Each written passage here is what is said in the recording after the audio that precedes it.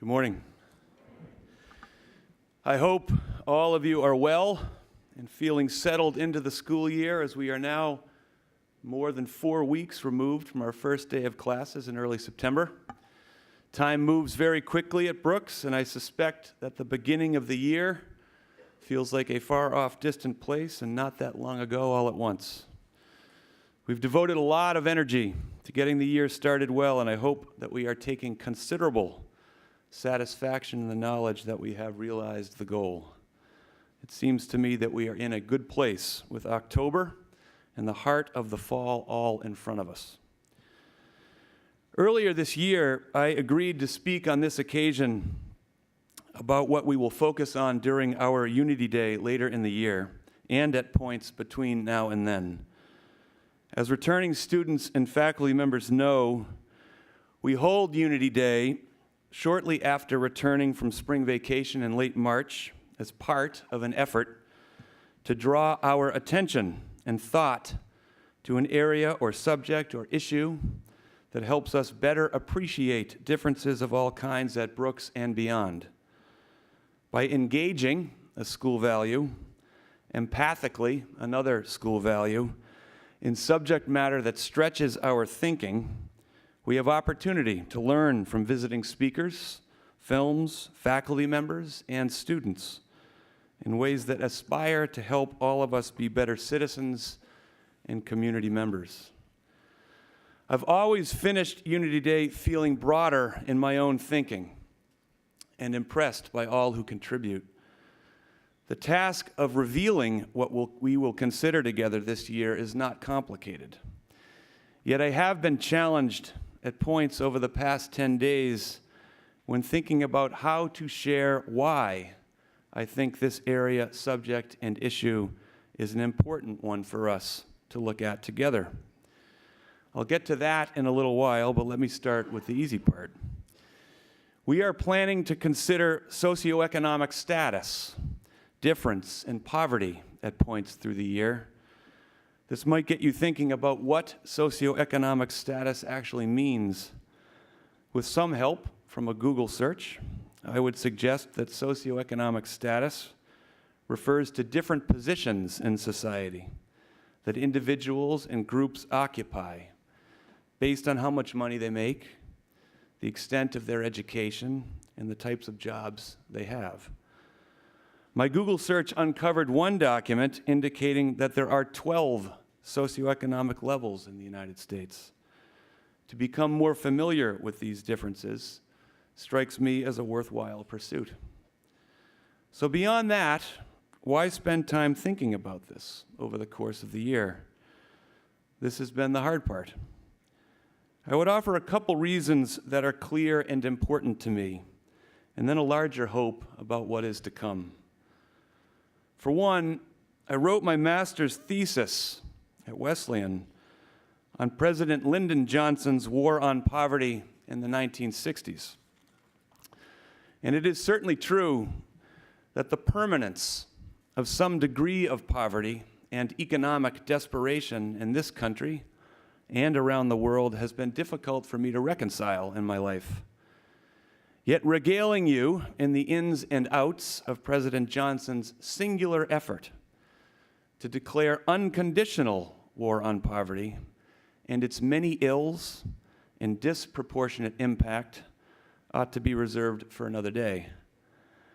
Let it suffice to say that I have never in my life encountered anyone who has argued that poverty is a good thing. Yet it remains an embedded condition for tens of millions in this country and billions around the world. That is worth our time and thought. A second thought centers on our community and the degree to which socioeconomic difference challenges us in ways that we feel and may not see throughout the year. There is a personal component to this reason as well. As my wife was able to attend Brooks in the mid-1980s due to the fact that her parents made attending this school a priority and that the school gave her a financial aid grant.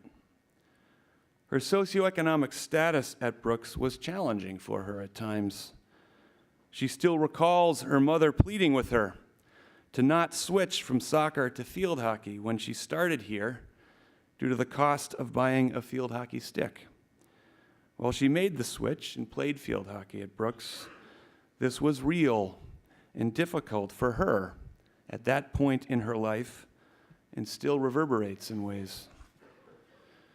My hunch is that there are numerous moments in our lives here when the privileges we do and do not enjoy as a result of our socioeconomic status come into play, are unknown to others, are hard, and no one here has done anything wrong to make that the case. To engage in conversation about socioeconomic status and difference is delicate. To do so empathically is a must. We do not step in this direction to expose anyone. We do step in this direction to help all of us see our school more completely and fully, if that makes sense. In so doing, we are likely to see the world around us through some new lenses as well. While all of those reasons are important ones regarding this year's Unity Day focus, the primary reason I wanted to focus on socioeconomic difference and poverty centers on a belief that this subject provides us with a wide opening and a lot of common ground through and upon which we can think together.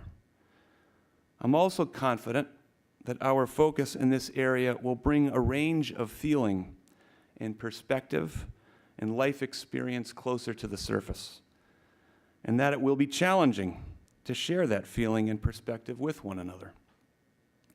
There will be discomfort, and we will likely find ourselves encountering areas of disagreement. The hard part of pulling this talk together has centered on the discomfort and disagreement, and wanting us to feel the former and to do well with the latter.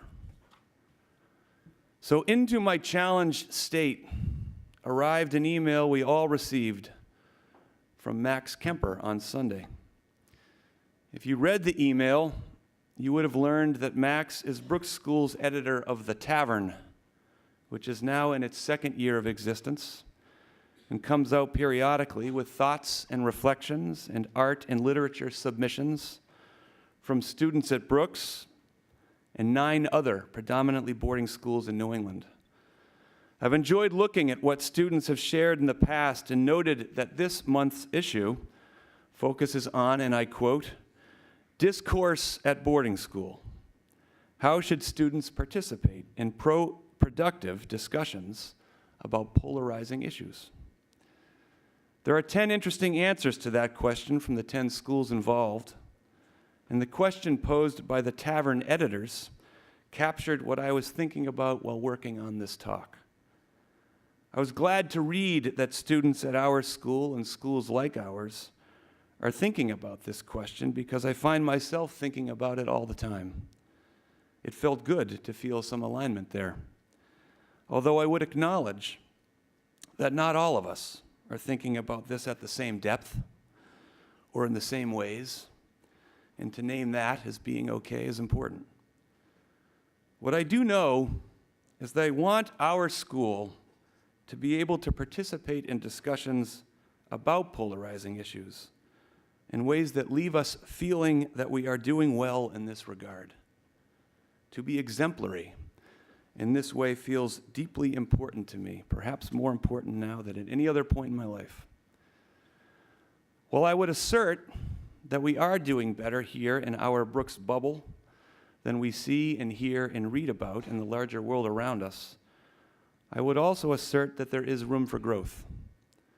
My hope is that a community-wide look at socioeconomic status and poverty will allow us to grow and move toward the exemplary notion I have in mind.